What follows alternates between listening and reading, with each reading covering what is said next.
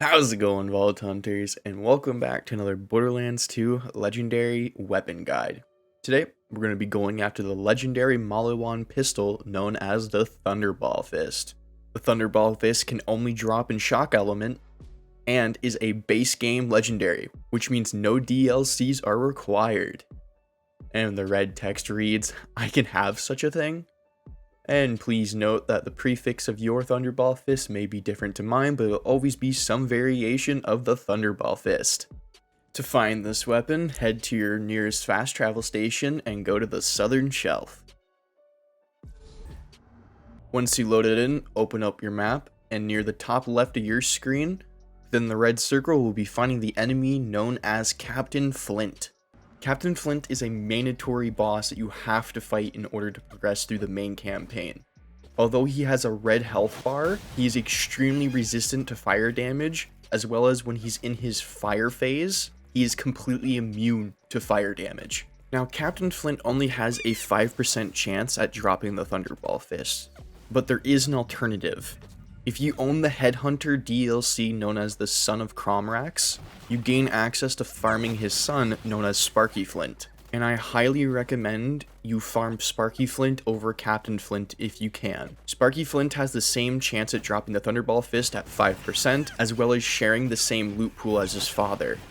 The amount of time you will save farming Sparky Flynt over Captain Flynt is insane. To put it in perspective how much faster it is to farm Sparky over Flynt, I use the exact same character that I'm using right now in the video, and I was almost able to kill Sparky 3 times in the time that it took me to kill Flynt once. Essentially, it's 2.5 times faster to farm Sparky Flynt over Captain Flynt.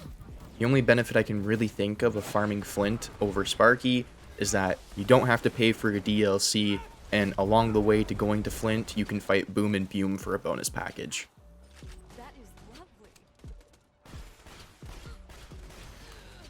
The closest non-unique item in the game to the Thunderball Fist would be a purple Maliwan pistol with matching element, parts, and prefix. And as you can see stat-wise, the Thunderball Fist is superior in every way, and that's not even taking into consideration its legendary effect.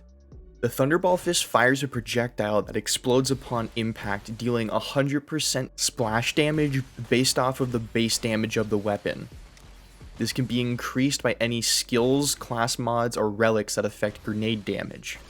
After the first explosion, a secondary projectile will bounce up into the air, dealing 150% pure splash damage. This is not affected by skills, class mods, or relics that affect grenade damage.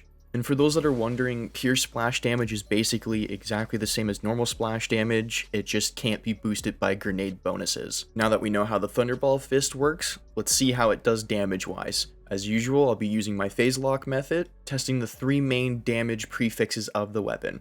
I have my Rough Rider shield, a slag grenade, my elemental relic, I have no skills equipped, and the badass bar is turned off.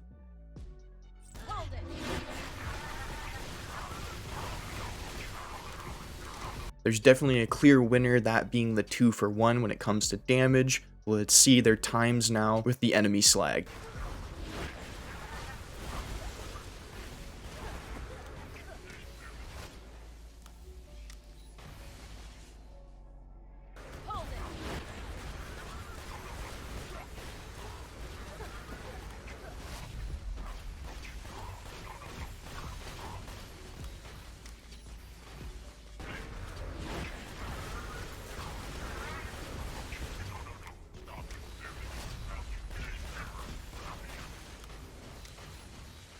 And of course, with it being a shock weapon, we got to see how effective it is against shield targets. We'll be using the exact same build, same method.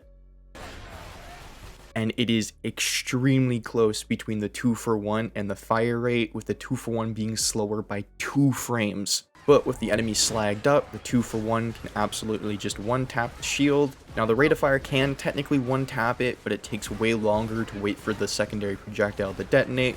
It's much more efficient just to shoot him twice. Now to find the god roll for the Thunderball Fist, first we're going to be looking for the 2-for-1 prefix. This will essentially be doubling our damage, maximizing our DPS potential. Next up, we're going to be looking for that Molly 1 grip. This is going to give us the manufacturer bonus, increasing our magazine size as well as reload speed. Third is the barrel, and thankfully we don't have to worry about this one due to it always being locked as the Molly 1 Thunderball Fist barrel. This is what makes it shoot its unique projectile. And fourth and lastly will be the sights. Sights do not affect stats, so it's personal preference on which one you use. So that just about does it for me and everything you need to know about the Thunderball Fist.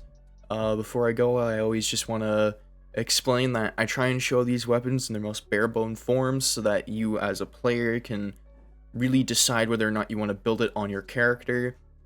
And if I had to make any recommendations for characters to use this weapon, I would highly recommend Axton due to having several skills that can boost the splash damage of this weapon, as well as Gage. I think this gun on Gage with Anarchy in Close Enough is just really fun, and it does stupid damage and you're just causing everyone to die. I highly recommend, if you've never tried this weapon out on Gage, to give it a try. The next episode will be on the Unkempt Herald, so you guys can look forward to that. And I'll leave you with the footage of me fighting Terramorphous. And I'll see you next time, Vault Hunters.